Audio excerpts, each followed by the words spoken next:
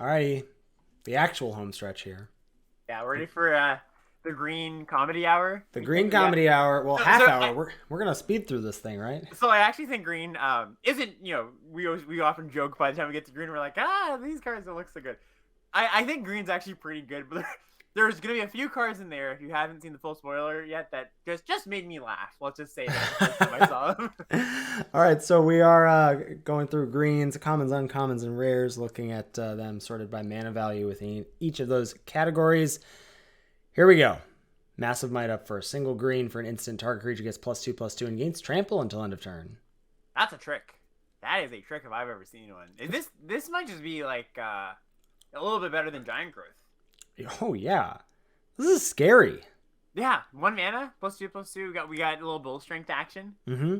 And like we always say, 1 mana tricks a lot better than 2 mana tricks. Mm-hmm.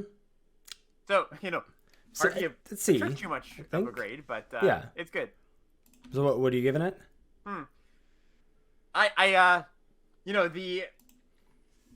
The optimist in me, or maybe a little bit of hot takey, Alex is coming out. I kind of want to give it a C+. All right. I think you're. No objection. You're just no. I just you built it up. I was like, he's gonna give it a C+. I just knew as expected. Bruce Willis was dead at the end. All right. Everyone's favorite 1-drop is back. Yeah, we got Snarling Wolf, single green mana for a 1/1. 1 green. Snarling Wolf gets +2/+2 until end of turn. Activate only once per turn. This card is not good. Yep. I mean, it wasn't good in the last set. Maybe it's a little better for some reason, but I'm not starting there. I'm just gonna start this as a D. Yeah, me too. Yeah, but why is it back? Oh, wait, chat. It's not that. Why is that back, or why is this back? Bramble Armor, 1 and a green for an artifact equipment. When it enters the battlefield, attach it to target creature you control. Equipped creature gets +2/+1, and it has an equipped cost of 4.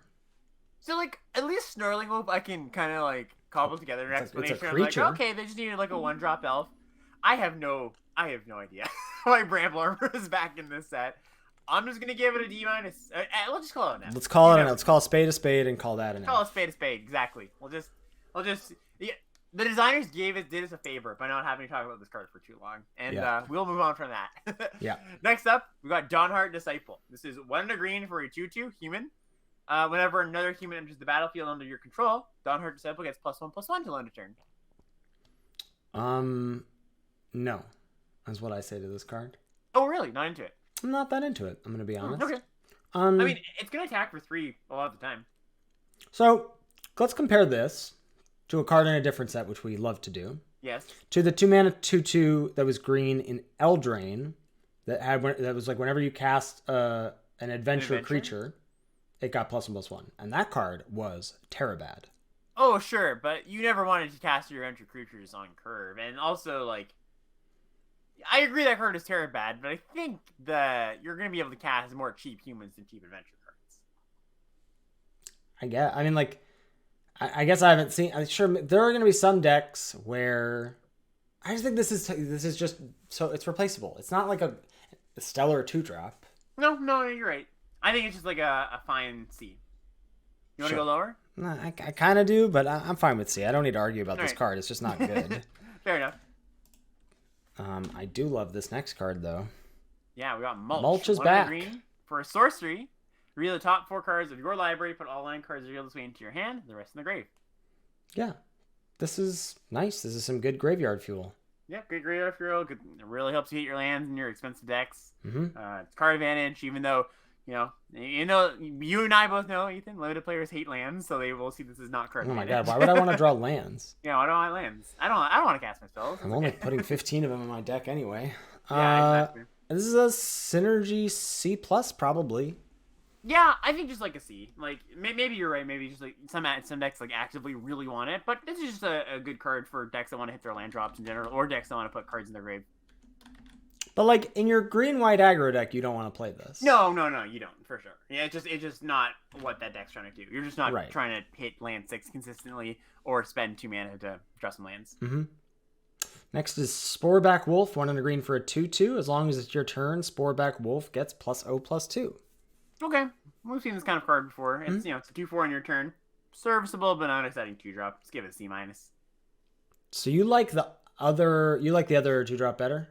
I think so. Yeah, just being able to attack for 3 on turn 2 and most likely 4. Or sorry, attack on turn 3 and 4 as a 3-power creature is pretty good, and sometimes more. Okay, I don't know. Man, maybe I'm just wrong about that. Yeah, I'm just gonna give this a C, I think. All right, fair enough. What's next? I'm a Toxic Scorpion. 1 and a green for a 1/1 Death Touch. When it enters the battlefield, another target creature gains Death Touch until end of turn. It's kind of cute. Yeah, it's kind of cute. It's like, little dagger back basilisk or whatever that card was called. 2-mana Death Toucher. It's fine. I mean, the Death Touch on entry ability is not that important, right? It's just basically you're playing this as a defensive 2-drop. And, some decks, they're definitely just going to want a defensive 2-drop. So this is how you... No, this is the thing that grants Death Touch for your your pinger. Yeah, combo. Yeah. Combo. Okay. Yeah, I mean, the nice thing about this is late that it can, it can either enable an attack with a cheap creature. Yep. Or enable, if you have a trampler. Yep. I think it's still probably just a C. Yeah, I think so as well. You want in your defensive decks, not your aggressive ones. Mm-hmm. Witch's Web. It's 1 and a green for an instant. Target creature gets +3/+3 and gains reach until end of turn. Untap it. Have you seen Coraline? No, I haven't. Oh, this has got like big Coraline vibes. I wonder if that's what the influence is here. Okay. So this is a combination of a lot of tricks that we've seen before, right? Just like the reach, the untap, the +3. This is, I think, the best amalgam of words that we've seen. This does it all essentially. That being said, it's not amazing. A lot of your green decks don't even really want combat tricks, but if you're in the market for a combat trick, like this is a good one. It's a lot of damage and helps on a race too, like just being able to eat a creature sometimes. Yeah, I'm not into this card very much. Yeah, that's fair. I think I'm not giving it a high grade. I think it's like a C- D+. Yeah, that's where I'm at too. Next up, we got Apprentice Sharpshooter, 2 and a green for a 1/4 reach, and it's got training. I am very into this card. Yeah, I think so too. I think, kind of like you guys were saying in the podcast this week, where this actually attacks pretty well. So it doesn't attack for a lot, but it is able to attack and then get in some damage without, being threatened to get traded off by their 3/2 or whatever. This thing actually grows repeatedly if you have, 3/3, and that's attacking with it too. On the play, like 2/2 into this into attack is that's very nice. Good. That's really nice, actually. Yeah, I'm into that. I think this is a C+.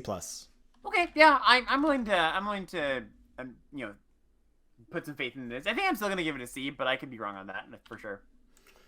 Crushing Canopy, 2 and a green for an instant. Choose one, destroy target creature with flying, and destroy target enchantment.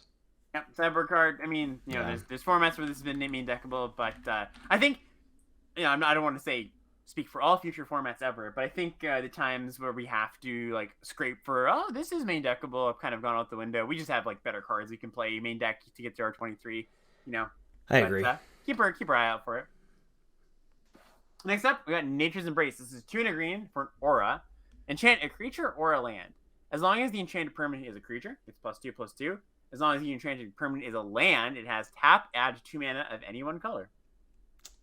I'm intrigued by this card. Yeah, it's interesting. It's definitely interesting. It's helps you do some splashy stuff, and then later in the game when you don't need that splashy fixing, you can make your creature a little bit better. We haven't seen the add 2 mana fixing in a while. Yeah, it's been a while. Like, so if for folks who are newer to Magic, you get a few of these and you can start to think about splashing. Like, you get 3 of these and you can splash double pipped bombs. Yeah.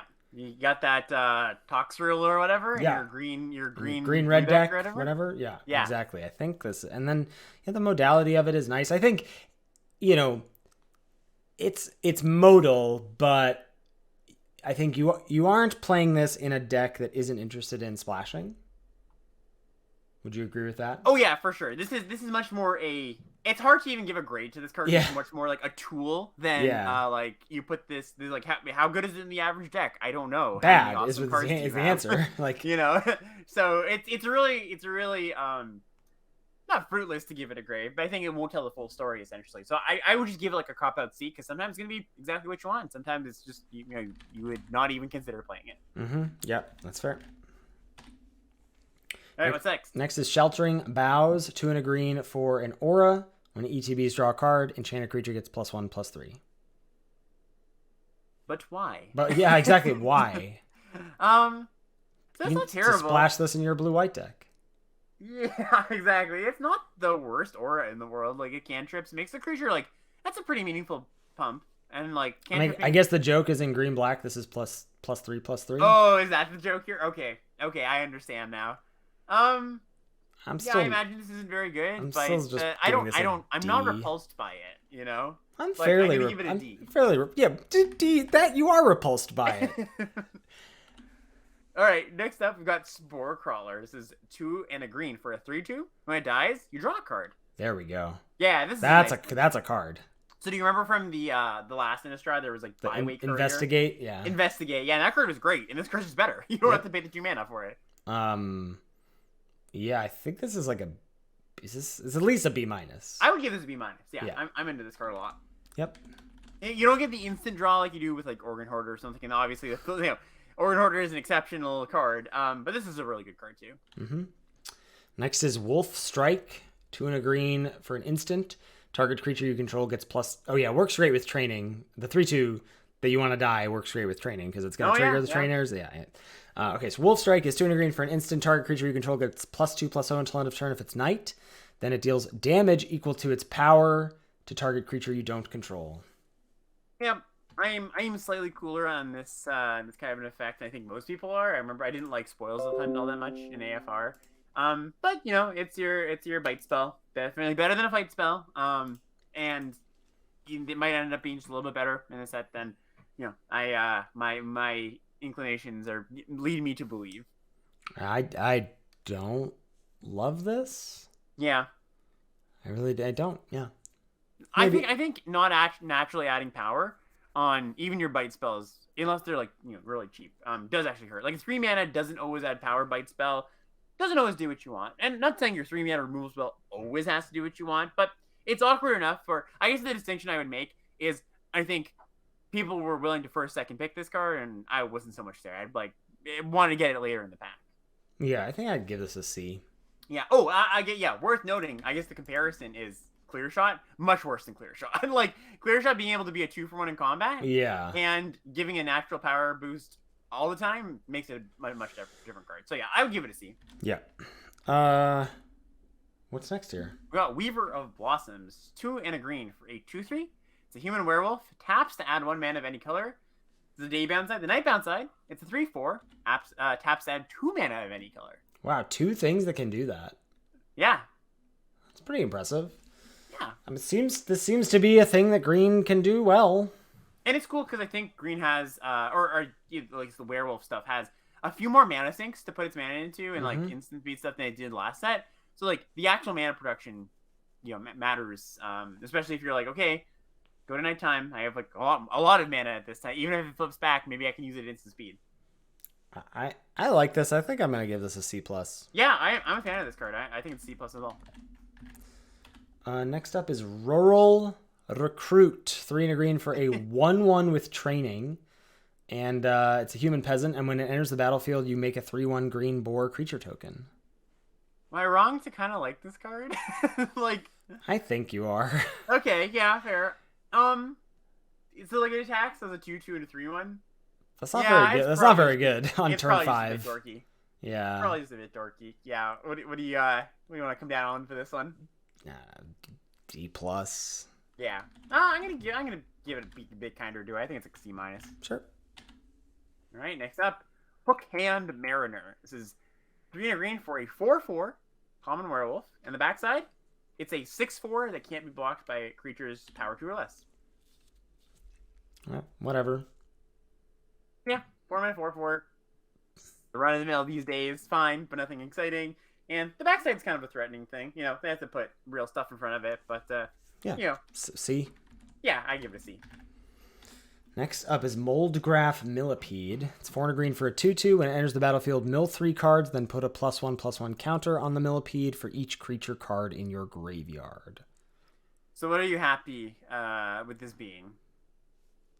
A 5? Anything less than a 5/5. It's very sad. But a 5 mana 5/5, I'm not even that blown away by. Yeah. I mean, I think in some decks this can be like a turn 5 7/7 or something if you're working for a little bit, right? Is there that much I guess you mulch and then what? Yeah, it's definitely, there's nothing on the level of like Organ Hoarder and Farmer. Right, you're like Farmer into Hoarder into this, I could see. No, like sweeping, I want to play this card anyways, and just like it has incidental mill synergies. You have to work for it a bit. So I don't know. Yeah, I don't think I'm super high on this card. I think I'd probably give it like a C-, maybe a D+. Yeah, I think it's I don't see it. I think this is a D. All right, yeah. I just think there's an upside of it being like a really big creature in turn 5. But how? Well, like I said, if you work for it, you have the uncommon that like mills you. You play a mulch. It's tough. Maybe I'm. So you say you have the Vile Spinner. Yeah. Yeah. I don't know. Maybe I'm being too optimistic about it, but. Yeah. I like this last one though. Yeah. This is a nice one to finish this out here. So you got Flourishing Hunter, 4 green, 6/6 ETBs. You gain life equal to the greatest toughness among other creatures you control. Yeah. So the first one gains you maybe 3 something, and then. That gives you 13, Ethan. Oh yeah, that's good. Yeah, this is great. This is very good. It feels like green is like. I mean, I want to like the self mill stuff, but I just feel like I want to splash and ramp, and then like play this and not lose. I mean, casting this, we've already seen the Mana Dork. Maybe you're playing the enchantment Mana Ramp spell. Mm-hmm. This on turn 5 is pretty nice too. Oh yes. Right? Even if you're just going like Mana Dork into this, you gain 3. That's very good. Yeah. This is I'm into it. C+. C+, yeah. This Honey Mammoth or whatever you want to call it, Rabbit Lindworm, yeah, has never hasn't disappointed us yet. So I have high hopes for the hunter here. Our first uncommon here is Packsong Pup. 1 and a green for a 1/1 wolf at the beginning of combat on your turn. If you control another wolf or werewolf, put a +1/+1 counter on Packsong Pup, and when it dies, you gain life equal to its power. So this is why we're playing Snarling Wolf, eh? To be able to pump this on 2. Please. No, I mean, so if you play this on, if you play a wolf on 3, then it starts to grow to 2, and it just keeps on growing. That's threatening, right? This on 2, Mana Dork on 3? Yeah. Oh yeah, that's a werewolf. That's true. Yeah. And like, I think there's like enough incidental wolves and werewolves just scattered in green where it's like, okay, like you don't even need to be like a werewolf deck necessarily. No. I guess you kind of do, because if you don't have enough, this is just a one. Yeah, I guess you need like about 6 others. Yeah, minimum. But this is it's got Nessie and Beetle vibes where it's just like keeps on growing and they really, really have to deal with it. Mm-hmm. I'm into it. I think it's like a C+. Yeah, I think so too. Sweet. Next up, more cards here for a Splish Splashy deck. Reclusive Taxidermist. This is 1 and a green for a 1/2. It's a human. It taps to add 1 mana of any color to your pool, and it gets +3/+2 as long as there's 4 or more creatures in your grave. This is great. This solves your Mana Dork problem. Exactly. Right? Yep. My Mana Dork issue of this Mana Dork is good on 2, but not later. Hey, this Dork's good later as well. It's a 4/4. Yeah. I think this is a B-. Yeah. Yeah, I'm into this. This is a nice one. It has got, well, I mean, the callback is Werebear, but it, Drover of the Mighty, kind of similar things where, yeah, this is just a good, we've seen cards similar to this, and they've been pretty good in the past. Crawling Infestation is next. It's a 2 and a G for an enchantment. At the beginning of your upkeep, you may mill 2 cards. Whenever 1 or more creature cards are put into your graveyard from anywhere during your turn, create a 1/1 green insect creature token. This ability triggers only once each turn. Why? I guess this was just like, there's ways to break it without all these clauses, but this is already clunky and limited, and this is just terrible. Well, so I thought this was a reprint at first, but it's an extremely similar card to Crawling Sensation from the last Innistrad set, or last time we were there, and that keyed off lands, not creatures, and that card in the self mill deck was really good. Like, it fuels your grave, and you get a 1/1 each turn. Did that have restrictions on it? Yeah, it's literally the same card, but replace creature with land. Okay, yeah, that card is very good. Yeah, that card was pretty good in that set.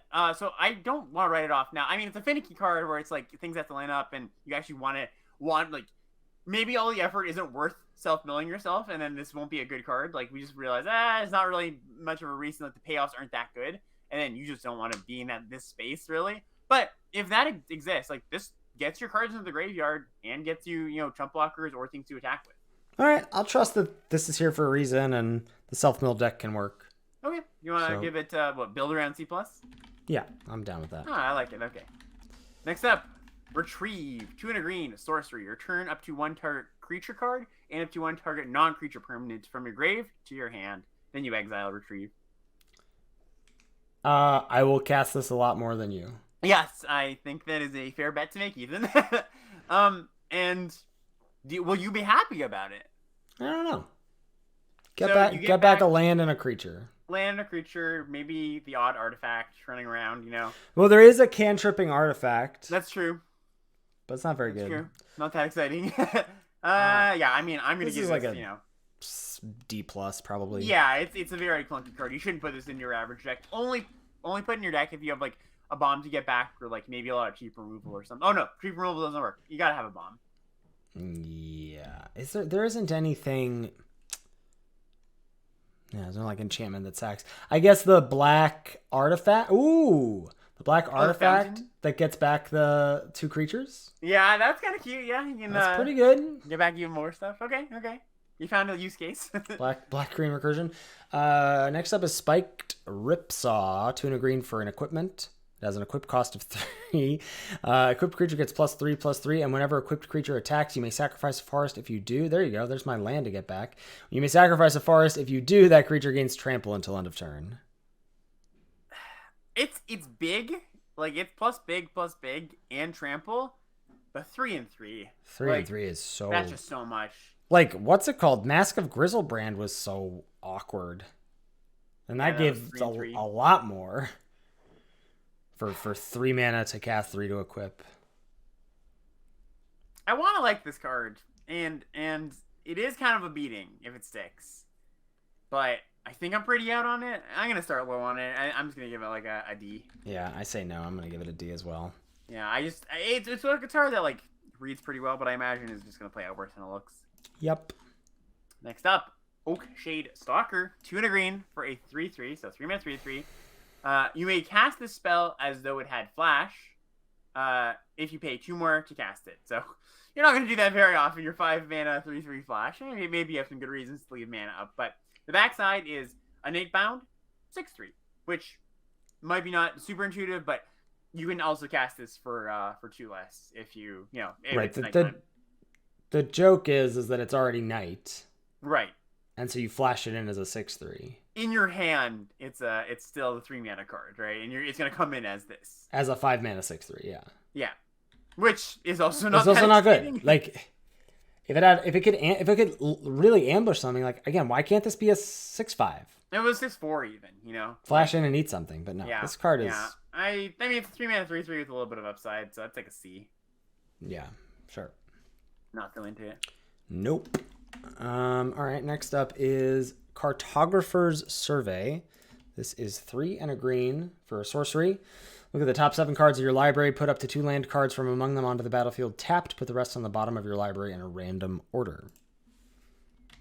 My guess is the commons just are going to fix you better than this. Yeah, I think so too. And, there's a lot of times when you're playing a card like this, you need to find a specific land. You're playing the 1 swamp, right? And if it's on the top 7 cards, you're going to be pretty upset about that. So, yeah, I think this is not as good as the common. Right, this doesn't even fix you necessarily. Yeah, this is bad. I think this is an F. Yeah, I think so too. You're just never going to play this card, really.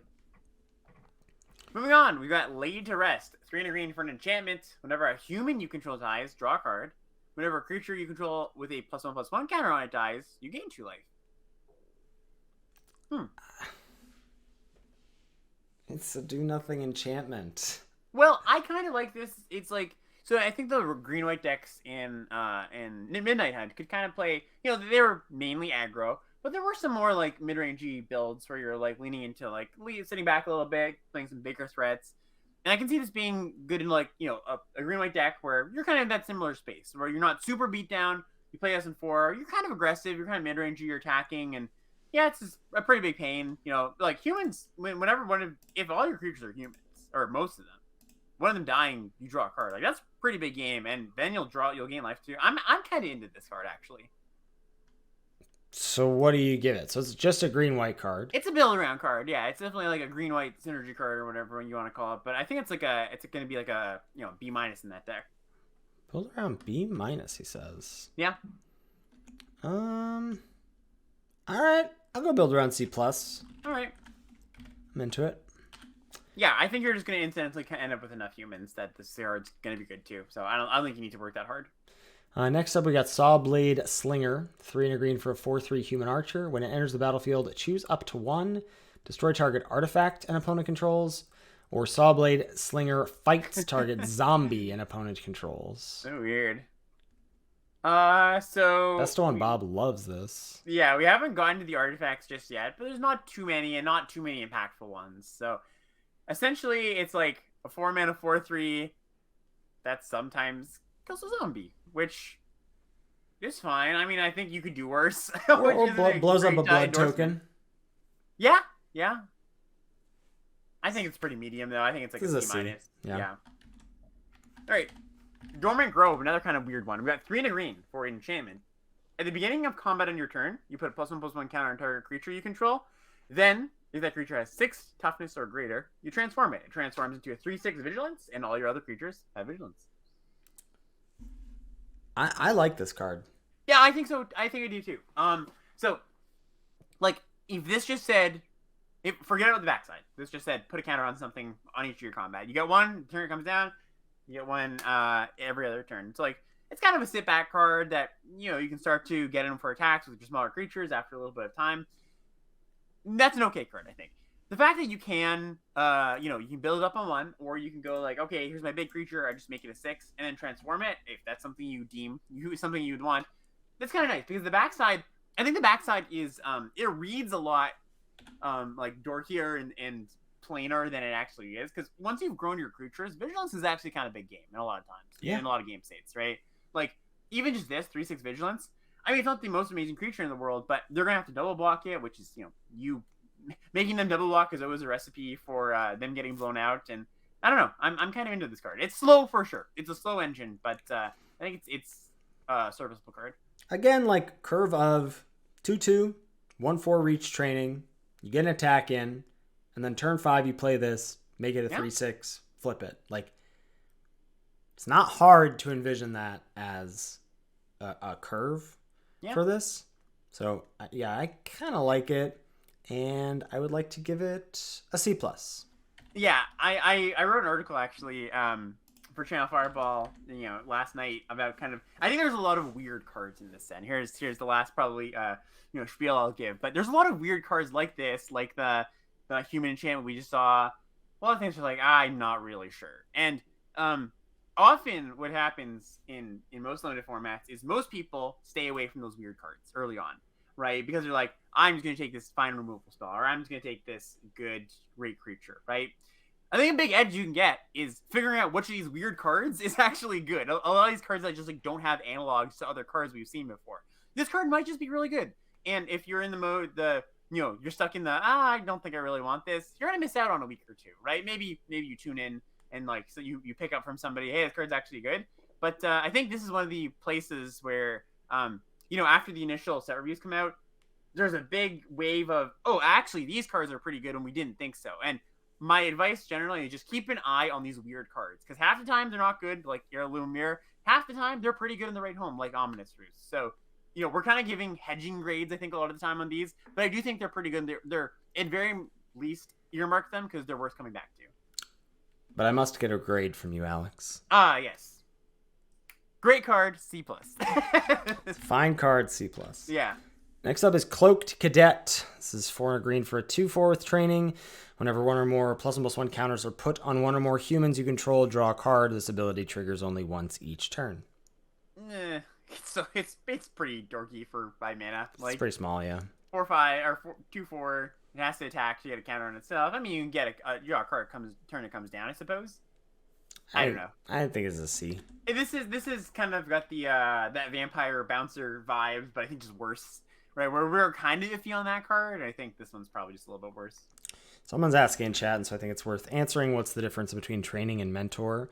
Mentor, the creature has to be bigger, so the bigger creature has the ability.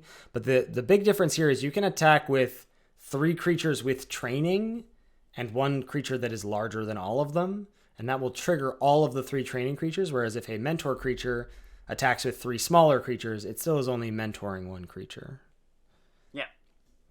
Next up, we got Infestation Experts. This is 4 and a green for a 3/4. It's a werewolf and enters the battlefield. Oh, sorry, when it enters the battlefield or attacks, you make a green 1/1 insect. And then the Nightbound side, it's a 4/5 that when it attacks or enters, you make 2 1/1s. Didn't we see something like this? There was like a 5-mana 3/4 that made 1/1 insects in a recent set where green was also bad. Zendikar Rising, I think. Yeah, probably. Oh, it was the beetle. Right? Yeah, the beetle. Yeah. No. That card was okay. Card was not great. If this comes on the backside, I kind of like it. It's What's starting Daybound Nightbound? I know. Yeah, other than having I haven't done a werewolf count, but does your gut say there's more or fewer werewolves in the set than the last, or maybe the same? I think it's probably the same, except there's no black werewolf. So like, true. Yeah, man. Yeah, the Daybound Nightbound. You really have to pick these up. Interesting. Yeah. So what do you want to give this one?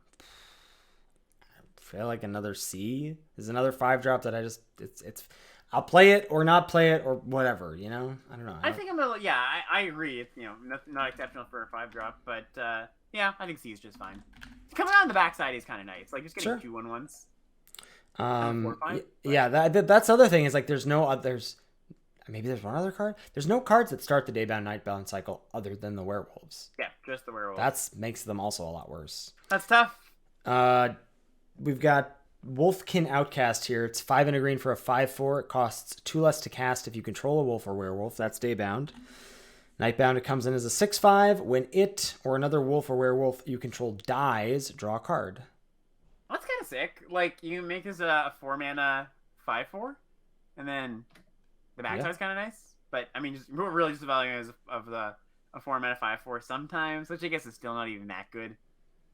Yeah. It's good, but... It's fine. Yeah. Are we giving this expensive green card yet again a C?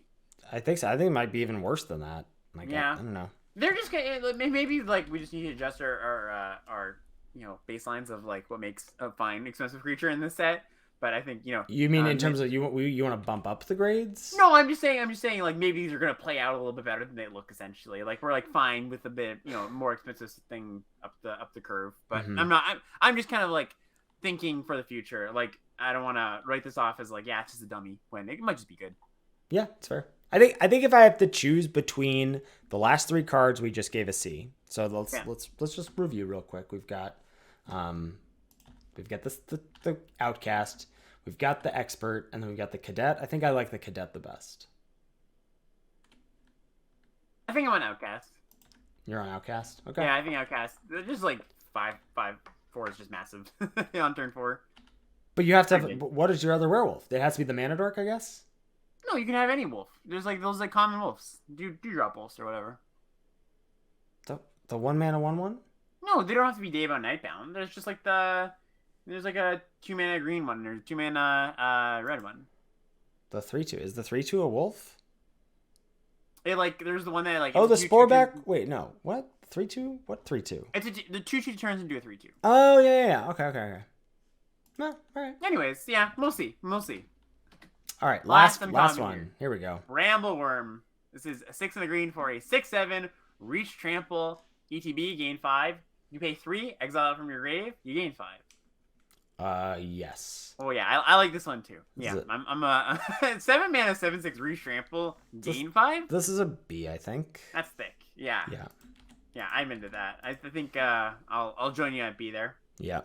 All right, our first rare here, Ascendant Pack Leader, single green for a 2/1 wolf. It enters the battlefield with a +1/+1 counter on it if you control a permanent with mana value 4 or greater. And whenever you cast a spell with mana value 4 or greater, put a +1/+1 counter on Ascendant Pack Leader. Okay, so it's a 2-mana or 1-mana 2/1, which is fine, and then has the ability to grow as the game goes on. Yeah, and it's like doesn't punish you for drawing it late. Exactly. Yeah, it comes in as a 3/2 or something. C+. Yeah, I think it's just a C+.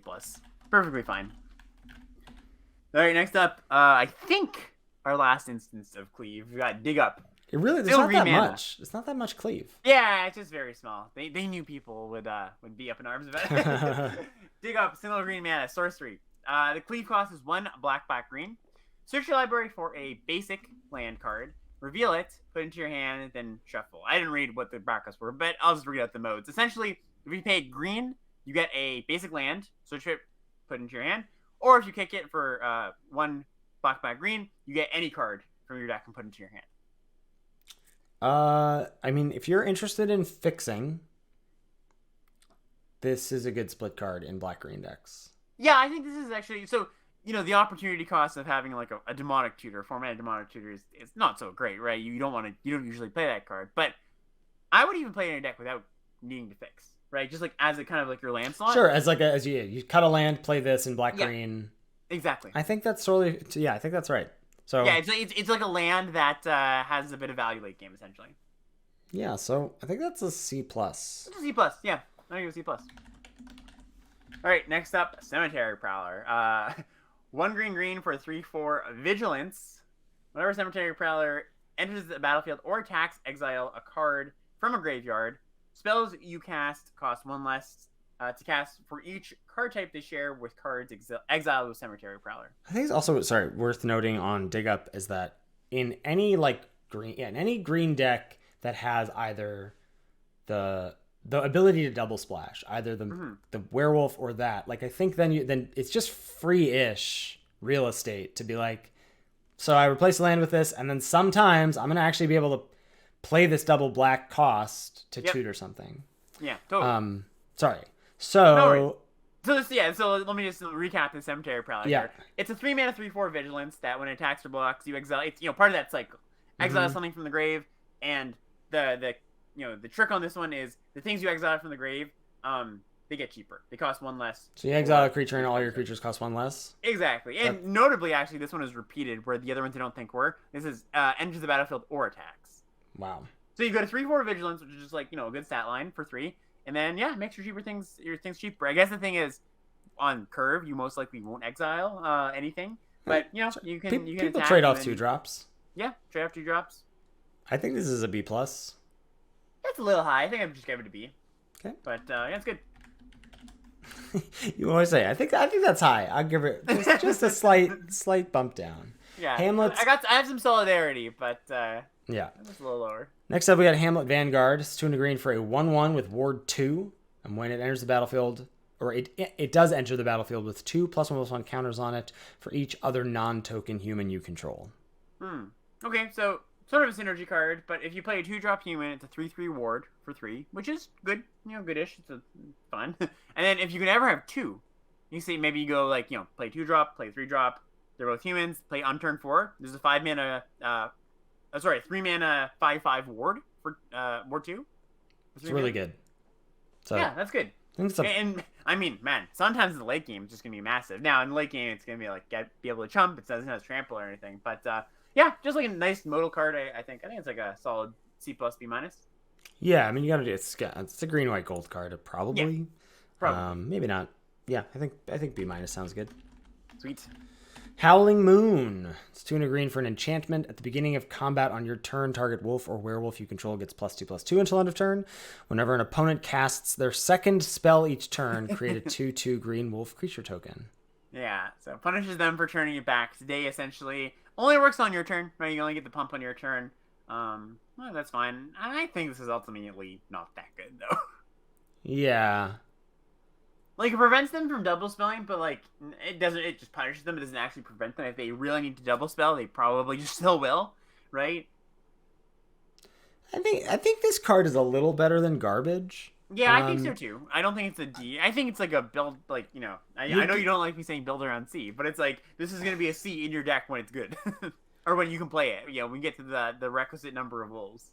Right. Well, so I guess, it's late in the set review. Maybe I should have clarified this previously, but like the reason I think the synergy rate is important is because like a build around is a reason to do something, whereas a synergy rate is like, I'm doing this thing and now I have this reward for doing this thing. And that's what I look at this. Like if you find yourself in a red-green wolves deck, I don't know how often that's going to happen or why you would do that, but when that happens, I think like the 3-mana enchantment side of this, that at the beginning of combat gives, if you have 10 plus wolves in your deck, +2/+2 is a lot on attacks. Yeah.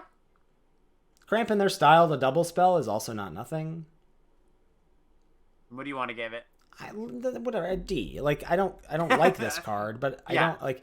It's not total garbage. I also think it's not garbage, is what I'm saying. Yeah. No, I'm into it. I'll give it that synergy C or whatever. Great. All right. Next up, we've got Hive Heart Shaman. This is 3 and a green for a 3/5, so pretty beefy for a 4-mana creature. When it attacks, you may search your library for a basic land card that doesn't share a land type with a land you control. Put that card in the battlefield and shuffle. Then has a 6-mana activated ability, 5 and a green. Create a 1/1 green insect token. Put X +1/+1 counters on it, where X is the number of basic land types among lands you control. Activate only as a sorcery. I'm drooling. I love this card. Yeah, I know. This is... I gotta say it once per set, Ethan. This is an Ethan card. Yeah, this is a very good card. Yeah. This is good. Yeah, this is actually just a good card. Yeah. I mean, even if this if it's just 6 mana, make a 3/3. Yeah. In a 2-color deck. The 4 mana 3. Like, are you just gonna be putting like an off-color basic in your deck? Sure. And so then it's pumping out that it's a 4 mana 3/5 that makes the 6 mana make a 4/4. Like. Yeah. This card is good. This thing is goalless before it got turned into a robot. I think this is a B+. All right. Yeah, I think I'm a little bit lower on it, but the body's good and the effect's good. You do want to I guess it doesn't take much work, right? If you're a green-blue deck, you put a basic of whatever in your deck, and you're probably going to be splashing in a green-blue deck in general, but let's say you put this in like a green-red deck. Are you just going to put a swamp in? You don't have to. It's a free 3/3. You make the 1/1 and then you put 2 counters on it. It's a 6 mana 3/3 in a 2-color deck. This card is very good. Bad. You don't get the ramp though, is all. Unless you go mono. I'm sorry that your 4 mana 3/5 doesn't ramp you. Like yeah, that's a lot of stuff. Okay, fair enough. I'm gonna give it a B. Yeah. Yeah. Next up, Splendor Reclamation. 4 and a green, sorcery. Turn all lands from your graveyard to the battlefield tapped. No, this is an F. No, even if you're like super self-milling, I mean, it doesn't matter. Yeah, it just doesn't matter that much. It's not worth the card for most of the time. So I just gave this one an F. Leave this one to Sam Black. Howlpack Piper is 3 and a green for a 2/2 human werewolf. It can't be countered. You can pay 1 and a green, tap it. You may put a creature card from your hand onto the battlefield. If it's a wolf or werewolf, untap Howlpack Piper. Activate only as a sorcery. So a little callback there. And that's Daybound. Nightbound side is Wild Song Howler. It's a 4/4. Whenever this creature enters the battlefield or transforms into Wild Song Howler, look at the top 6 cards of your library. You may reveal a creature card from among them and put it into your hand. Put the rest on the bottom of your library in a random order. Okay, so the front side is kind of interesting. You get the flash in creatures, and they're cheaper, essentially, which is actually pretty nice. Activate only as a sorcery. So not actually, sorry, you don't get to flash them in. That's true, but it's essentially a cost reduction on your expensive creatures, which you could argue is maybe not worth it on your 4 mana 2/2, but it does make up for the fact that you're not casting a spell. You just put it in, turns into a 4/4, and then you draw some cards, or a card, I suppose. Yeah, this was kind of a tricky one. I think it's decent, but it doesn't. It doesn't jump out to me as extremely powerful or anything. Yeah, I don't like this card. Oh, you're just out on it? I just don't. I don't like. Yeah, you gotta do so much to sell me on playing a 4 mana 2/2. Yeah. I'm sorry. It's so bad. I guess that's what we've been saying the whole time. You gotta evaluate it like it's on the front side, right? And the front side is not good. You would not play Elvish Piper Unlimited. No. But Elvish Piper that has the potential to draw you more cards, I would. I think this is definitely better than Elvish Piper. I'm going to give this, a C+ probably. C+, huh? Yeah. So you're happy to play this, pass, and then ideally you get to drop in your 5-drop for 2 mana. Do nothing, this flips, draws you a card. Yep. Yeah. It's a 4/4. Maybe that's worth it. And it's a tapped 4/4. Unless you just don't do anything. Sure. If you play it at night, it's a 4. But I'll just keep saying, what is starting your Daybound Nightbound cycle ain't starting until this hits the battlefield. Right. Just for everybody out there, Ethan's referencing chat where chat's saying, "Oh, it could come in as a 4 mana 4/4 on the backside automatically." Right, but unless you have a lot of these werewolves, and the common ones aren't so good, so you have to pick up the uncommon ones. There's fewer things in the set that start the Daybound Nightbound cycle than there was before. Yeah, way fewer. All right, I'm probably being too pessimistic. I'll join you at C+. All right, fair enough. Next up, we got Ubenwald Oddity. 2 green, 4/4. Trample Haste. Oof. That's a beater. Has a 7 mana ability, 5 green to transform it. Turns into Ubenwald Behemoth. 8/8 trample haste. Other creatures you control get +1/+1 and have trample and haste. That is an A. Now, that's a beater, yeah. Just like an efficiency A. Comes in, beats down, 7 mana, pumps them for 8, and your other creature, if it survives, your other creature's also just chunk in there. So I'm in for this. Yep. Stats, yeah, it's a stats A. Next is Glorious Sunrise, 3 green for an enchantment. At the beginning of combat on your turn, choose 1. Creatures you control get +1/+1 and gain trample until end of turn. Target land gains tap to add triple green until end of turn. Draw a card if you control a creature with power 3 or greater, or gain 3 life. So I actually kind of like this card. I think the fact that it happens right away, the turn you cast it, is nice. And this is good in a lot of game states. You want to, stabilize yourself after you tap to play this enchantment. All right, you gain a little bit of life. You want to attack with all your creatures. All right, you're ahead. Cool. You attack, give your creatures +1/+1 trample. That's meaningful. You want to start drawing some cards. The board's a parody. Kind of nice. This is like Quadrant Theory, the card, essentially. Yeah, right? It's like every single point of the game. It's not amazing, but it's pretty good. Yes. I mean, again, the only time this is really bad is when you have no creatures in play. But guess what? When you have no creatures in play, you're probably just dead anyway. So I like this. I think I'm gonna give it a B. Yeah, I think so too. All right. We're not going to talk very much about this card. All right, here it is. Our Ruck Caretaker. The big baddie. 4 green. Mythic. 4/4. Hexproof. At the beginning of combat in your turn, put 2 +1/+1 counters on another target creature you control. All right, so 6 mana, 4/4 hexproof.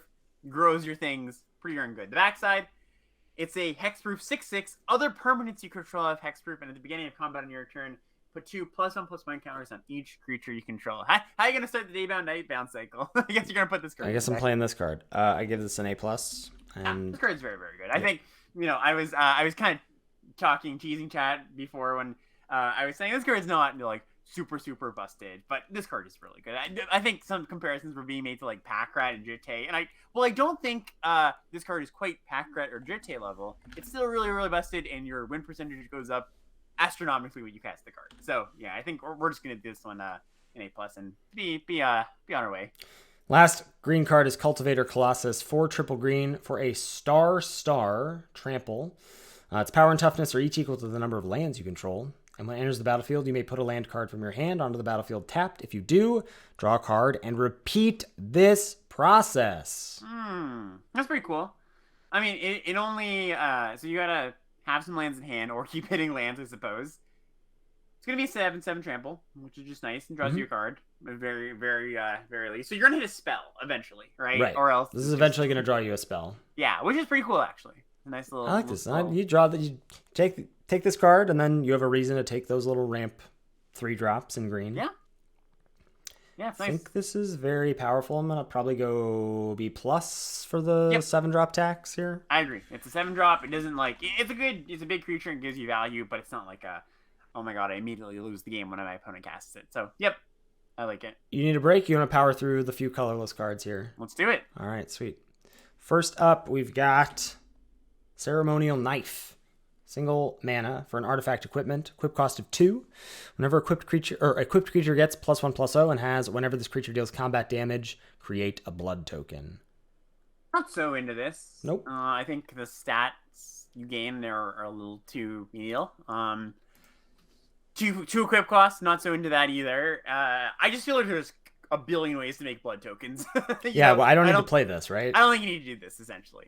Yeah, I'm gonna go. I'm D- on this. Yeah, I will join you at D-. This next one's pretty interesting though. So this is Wedding Invitation. 2 mana for an artifact. When Wedding Invitation enters the battlefield, you draw a card. Tap, sack, Wedding Invitation. Target creature can't be blocked this turn. If it's a vampire, it also gains lifelink until end of turn. Yeah, it is interesting. I don't know how good this one is going to be though. I don't. Think it's gonna be that good. I'm not gonna start on it as this is a sleeper card, put all the copies in your deck, but it kind of inherently does some decent stuff, right? The problem is you just don't end up having room in your decks for cards like this. It's room, and it's also the cost here. It's kind of interesting. in prior years, it would be like, oh, this replaces itself, so it can't be that bad. Nowadays, it's like, oh, this costs 2 mana to do nothing, and that's kind of bad. Right, you're like, the base is cycling. It's like, yeah, but the reason cycling is good is because it's tacked onto actual cards. Right.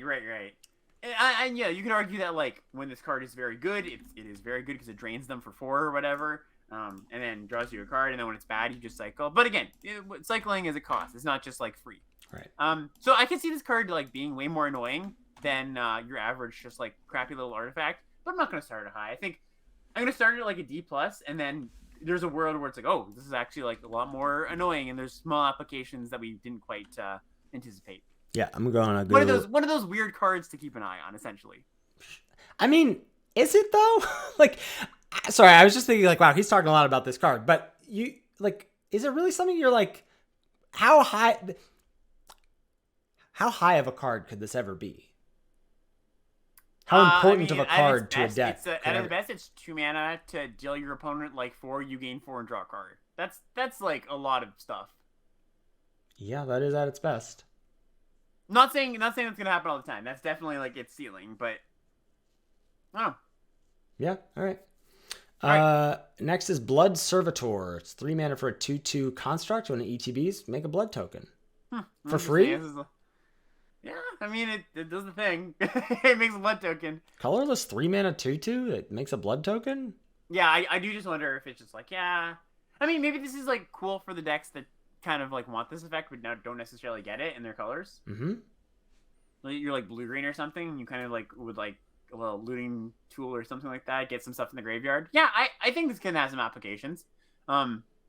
It's not that much far off than some of the cards we gave pretty good grades to in red. I kind of wonder if I want to get this little bump up to C because it's colorless. Yeah, a little golden egg award there. Yeah, maybe. Yeah. Okay, I'm with you. I'm optimistic on this one too. All right. Here's a cool one. Kind of ties your potential multi-color deck together. Honored Heirloom, 3 mana artifact. Tap, add 1 mana of any color, so it's a manalith, and it has a little ability. 2 tap, exile target card from a graveyard. Yeah, that's like. I mean, incidentally, this is gonna hate on that blue-white deck. Yeah. I don't know. I think this is whatever. I think it's like basically in your deck that wants a manalith. You like it, and you got a little bit of upside. That's a pretty narrow subset of decks, but the fact that this exists is a thing. So. Yeah, I'm gonna go. I don't know, C-.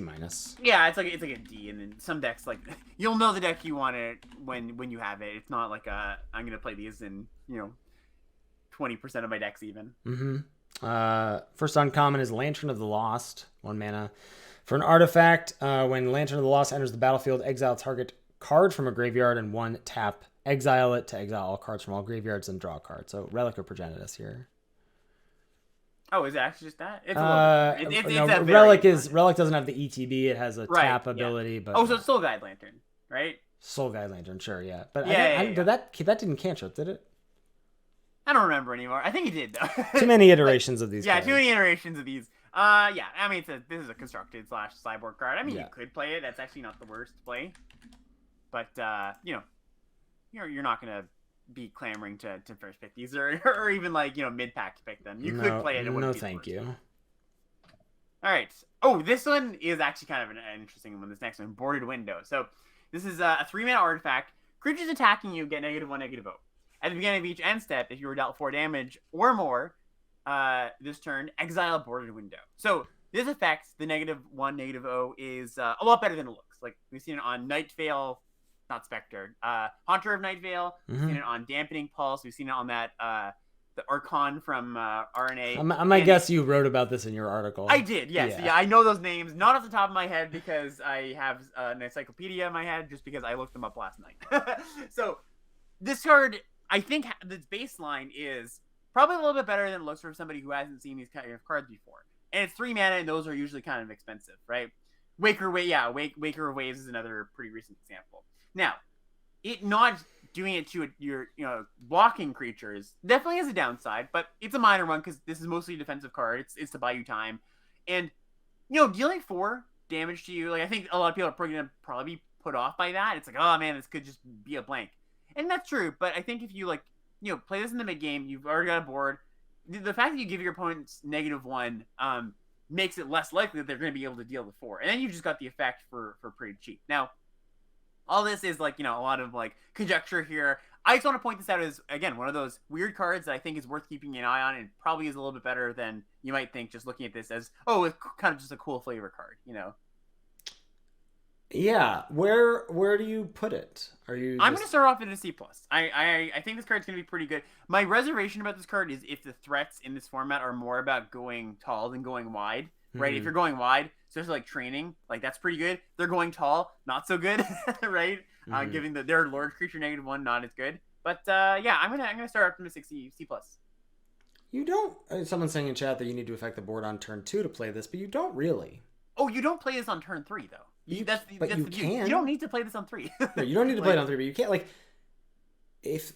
I guess on the draw, you don't want them to go 2-drop, 3-drop. But even so, you're probably taking 3 damage most of the time. Exactly. That's what I was saying before. The -1 makes. And if they if they use a trick to push the 4 damage, well, that's still a 1-for-1. Like they break through the wood. Yeah, I think I'm gonna join you at C+ here. All right, cool. All right, so next up is Foreboding Statue. This is 3 mana for an artifact creature construct. It's a 1/2. You add 1 mana of any color, or tap to add 1 mana of any color. Put an omen counter on Foreboding Statue. At the beginning of your end step, if there are 3 or more omen counters on Foreboding Statue, untap it, then transform it. And it turns into Forsaken Thresher, which is a 5/5 artifact creature construct. At the beginning of your pre-combat main phase, add 1 mana of any color. I was going to say this is kind of like a Manolith for those decks that, I was saying want the Manolith. Mm-hmm. But the fact that this is a creature and doesn't, like, add the mana right away, doesn't get a counter right away, it's nice that your mana rock turns into a real thing after. Mm-hmm. This is definitely better than something like, what was the Mystic Skull from the last set. Mm-hmm. But I think it's ultimately just a bit too slow.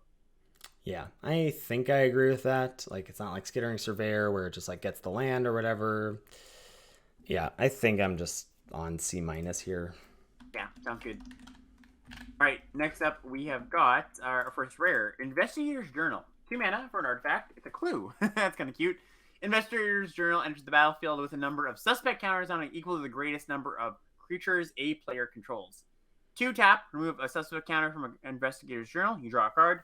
2 sacrifice it. You draw a card. So essentially, this comes in, and after over the course of however many turns, you'll be able to draw however many cards when that were on your opponent's side of the battlefield when this comes in. So it's like a slow card advantage, and it kind of Maze Mind Tome-ish. It's a fine card, I think. Yeah, I think it's, I don't know, a little not crazy about a card like this. The card draw that is slow and doesn't affect the board. Like, I sort of poo-pooed some blue cards like this. Yeah, the installment plan makes up for that a lot here, though. Sure. Yeah. Is this? Compare this to the 4 mana blue spell. Like, look at 4, draw 2, 2 go to the bin. Yeah, they're comparable cards. I mean, I do like the installment plan here, but okay. I just give this maybe a C+. Yeah, I think I'm a little lower. I'm just gonna go like, I don't know, C. I could even see C-. Yeah, fair enough. I'm not in love with this. Next up, Dollhouse of Horrors. 5 mana for an artifact. 1 tap, exile a creature card from your graveyard. Create a token that's a copy of the exiled card, except it's a 0/0 construct artifact in addition to its other types, and it has this creature gets +1/+1 for each construct you control. It gains haste until end of turn, activate only as a sorcery. So basically, it comes in and doesn't do anything. You can play it on 6 and exile a card from your grave. You get a copy of it, and then as you start exiling stuff from your grave, those things just get bigger, right?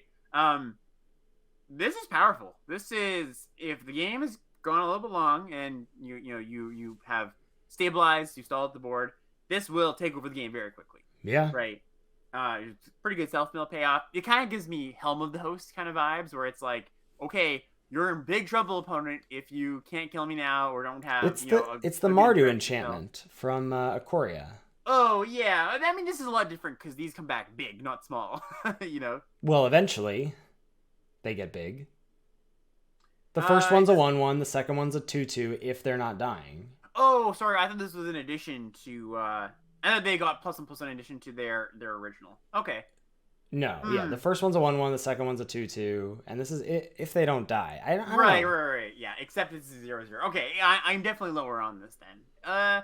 Yeah, it is a lot closer to Offspring's Revenge then. Okay, not as into this then. Right, sorry, not the second one's a 2/2. Then they both become 2/2s, right? They're like just like most constructs do with Karn and stuff. Yeah, I think this is, I don't know. It's slow. It's slow. It's just I just want to give it a C. Okay, yeah, and not think about it too hard. Yeah, that's fair enough. All right. This is gonna be one we'll know how. Yeah, exactly. Just a few lands to look at. First is Evolving Wilds is back. Tap to sack it, search a library for a basic land, put it on the battlefield, tap to then shuffle. Yeah, we like this. This is a solid C+. Good to speculate on at some point early in the draft. It's maybe a splash. Just good to have good mana fixing. So there was that whole, should you play Evolving Wilds in your 2-color deck? And Carl, good to see you. Our 2DucksCube on Twitter came back with did the data and a resounding yes you should. I actually think it was 17 lands Var Misnomer that did it, but I think yes you should, unless you're like a super low curve aggro deck with a lot of 1-drops. Just play your first and second copy of Wilds. It's gonna hurt you more than it punishes you. Help you more than it punishes you. Yeah, sorry. It's gonna hurt you and punish you. Yeah. All right. Next up, we've got Voldaren Estate. It's a land. Taps to add colorless. Tap, pay 1. Add 1 mana of any color. Spend this mana only to cast a vampire spell. 5 tap, create a blood token. This ability costs 1 less to activate for each vampire you control. I would play a colorless land. I would play an 18th land in my deck that had 5 tap, make a blood token, I think. Yeah, it's kind of cool. It's better in a vampire deck. I think supposedly, because it's a little bit tougher to fit a colorless land in like a more aggressive deck. But yeah, I like this card. What would you give it? I think it's C+. Yeah, I think it's good. All right, Ethan. And then the 5 dual lands. These are enemy coloreds. Deathcap Glade, Dreamroot Cascade, Shattered Sanctum, Stormcarved Coast, and Sundown Pass. They enter the battlefield tapped unless you control 2 or more other lands, and they tap for the enemy colored pairs. We're going to say the same thing as we always do with these lands. They're about a C+, and you can speculate on them. If you're already in the deck, they make your mana base better, but, they're not high picks. And I guess I don't know about most of the time, Wilds is better. Certainly in a set with Eccentric Farmer, most of the time Wilds is better. I don't know about in this set. But yeah. There were a few things we mentioned where it's like, oh, there's having a land in your grave does something cool, Yeah. So about a C+ there. All right. There we go. Whew. We did it. There we go. All right. Yeah, we it's weird. I feel like we did this so much sooner than we were supposed to, because mid was only like a month and a half ago. I know. And I know. We got back-to-back slammers here. Yeah. Set feels, I don't know. I'm excited about blood tokens, but I'm also feeling like Esper is better than red green again. But there's a lot of cool. I think the cool thing about this set that wasn't quite true about the last set is there's a lot of cool build around y cards, right? Where I think before it was, or in the last set it was more about like, here's the archetype you're in. These cards are good in this archetype. I think there's more maybe room to breathe within each archetype potentially, because there's a lot of those build around cards. Yeah, it's true. That you won't be drafting. Yeah, that'll never be drafting, of course. I just want to take the cards that require no work. In all seriousness, Alex, thank you for joining me as always. Of course. Your insight is invaluable. And thank you all for hanging out.